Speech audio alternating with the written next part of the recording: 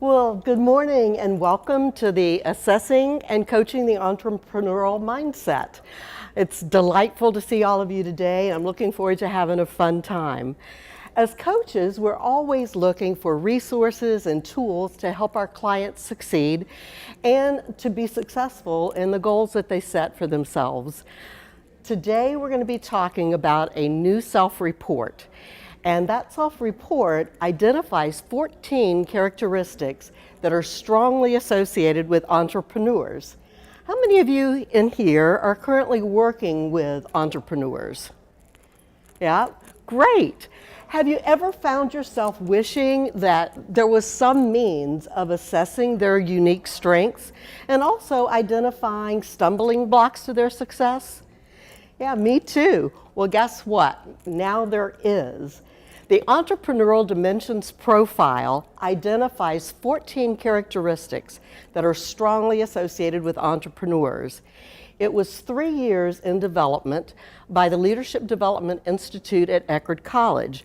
A group of psychologists and researchers spent 3 years doing all the statistical analysis and that rigorous kind of study to make sure that this instrument is reliable and valid. So we can have confidence in the reports and the assessments that we get with this instrument. Here's our workshop agenda. We're going to discuss those personality characteristics and skills that differentiate entrepreneurs from corporate leaders.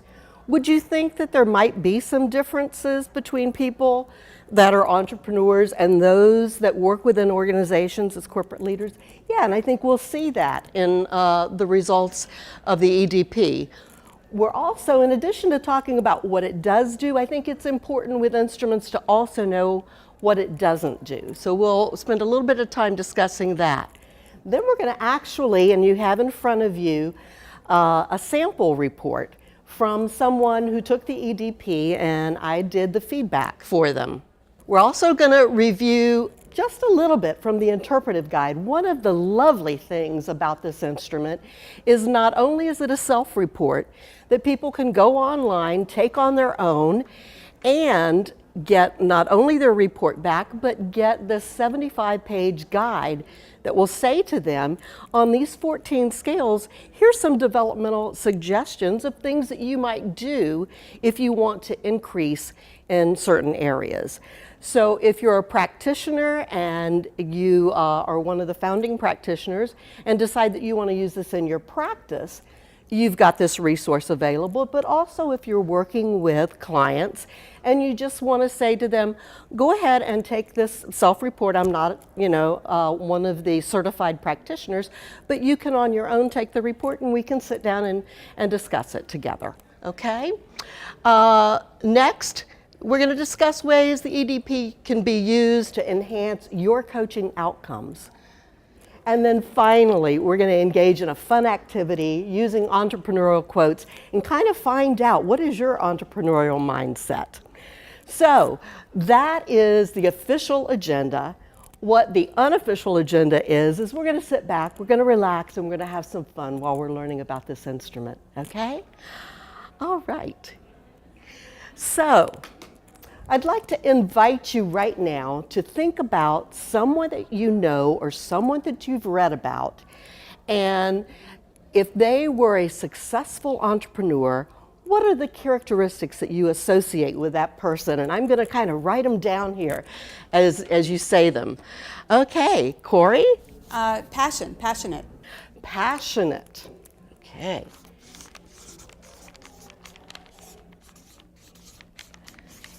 Passionate. All right, over here. Focused. Focused.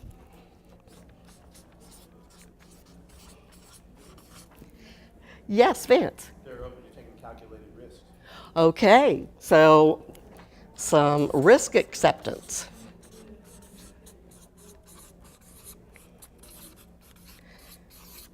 Okay. Yes, Heather. We like to do things differently, maybe outside of the norm. Okay.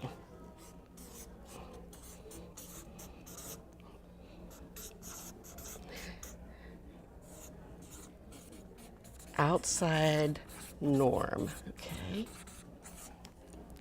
Yes, Joanne. Persistent. Persistent.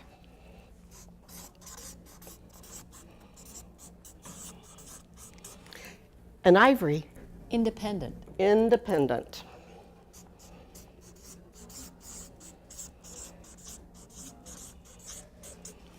Yes. Nonconformist.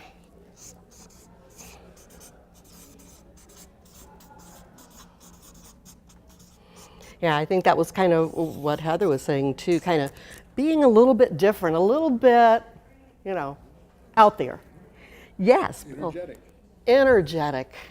Yeah, you can't get a whole lot done if you don't light that fire on the match, huh?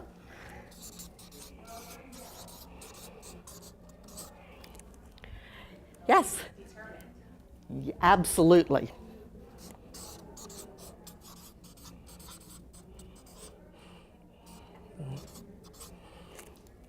Okay, yes, one more. Prepared. Yeah, kind of thinking ahead and being prepared on things. Okay, anybody else? Yes, Jen. I think of them as being very confident. Very confident. Okay.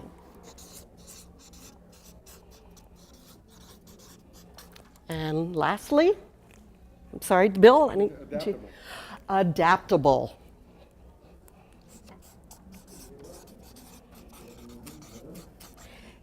Let's take a look here.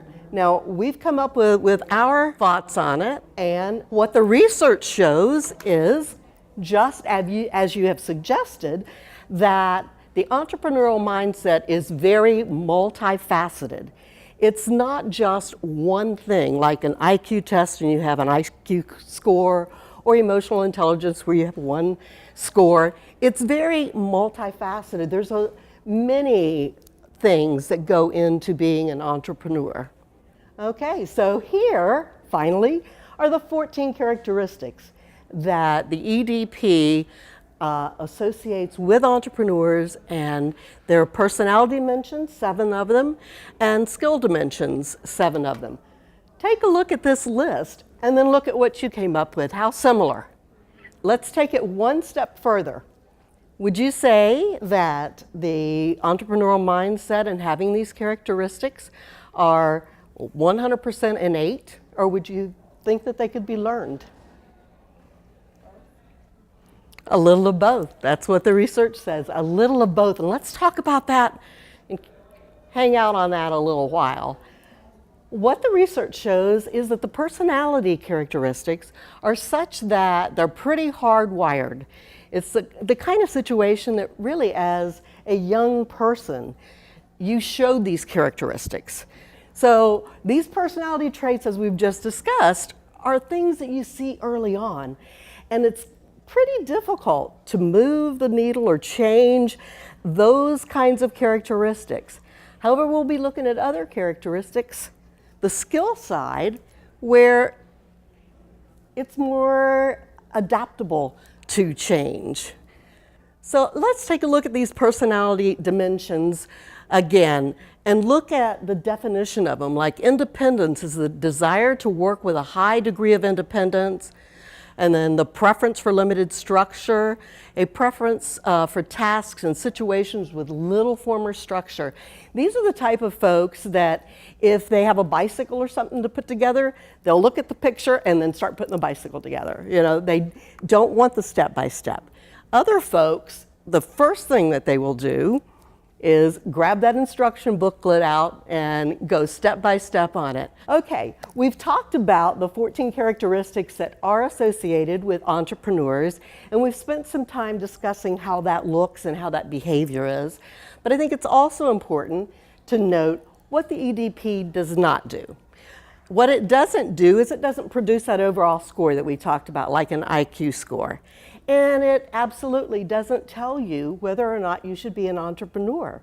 What it does say is it says, okay, you're here on independence, entrepreneurs are here, maybe corporate leaders or corporate managers are right here. So how does that feel for you? Is being independent something that's really important to the job that you're wanting to do, to the career that you want? So I guess the bottom line is entrepreneurs come in all shapes and sizes and have different kinds of characteristics to look at. So that's important to know. It all depends on what is your career desire and what are those skills and personality traits that you need to be successful in that career. Okay, ready to look at the sample report? Susan's sample is in front of you. And this is a real person. I did some coaching with her, and she has been an entrepreneur for 10 years. So let's take a look at the graph here, and recognizing that blue, that's your corporate managers, okay? And the green is entrepreneurs, and the red is Susan. So immediately, what sticks out for you in this? Action orientation. Absolutely. I mean, could it get any higher? So this woman is action oriented. What else do you see? She's independent, she doesn't like structure. Independent, doesn't like structure. Okay? A little lower on the risk acceptance. As you're reading these reports, I want you to see how this instrument so well allows you to go in depth with your client and look at, where did they score and how did this score come about? So when we look at the independence, you see the entrepreneur of 2.75, 2.24, and then we see Susan, and she's way up there, the 3.80. And you can see as you go down her scores, how she responded to each of these questions such that she ended up with that high score, okay? The thing that's so cool about this instrument is, as coaches, we all know we could sit there and over a period of time and over a period of sessions, we might get to that. But to be able to have an assessment that puts it right out there where it's a discussion starter and you have these implications, is just so valuable. We know that an idea or a thought is just a dream unless there are action steps taken.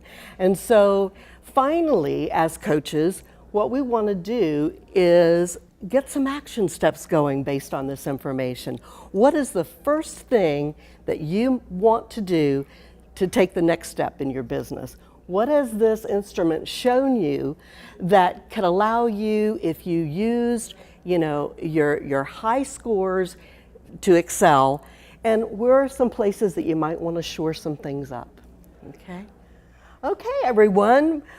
We've had about an hour here of talking about the Entrepreneurial Dimensions Profile, and I thought it might be fun for us to play a game where there's some entrepreneurial quotes from a number of people, and in the envelopes that I just gave you, if you'll take out the cards, you will find that you have 3 quotes in your cards.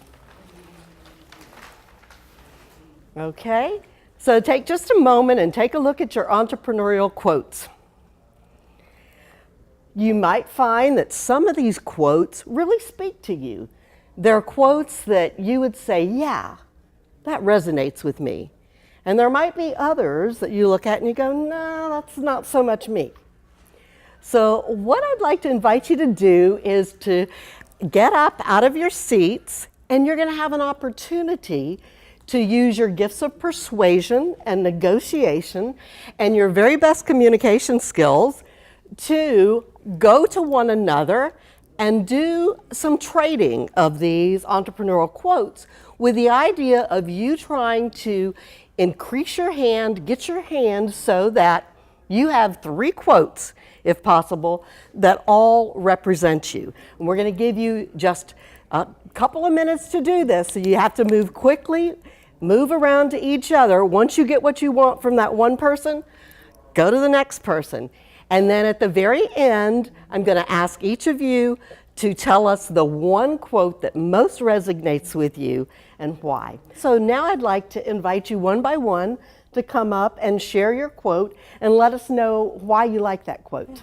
I chose this one. To go wrong in one's own way is better than to go right in someone else's.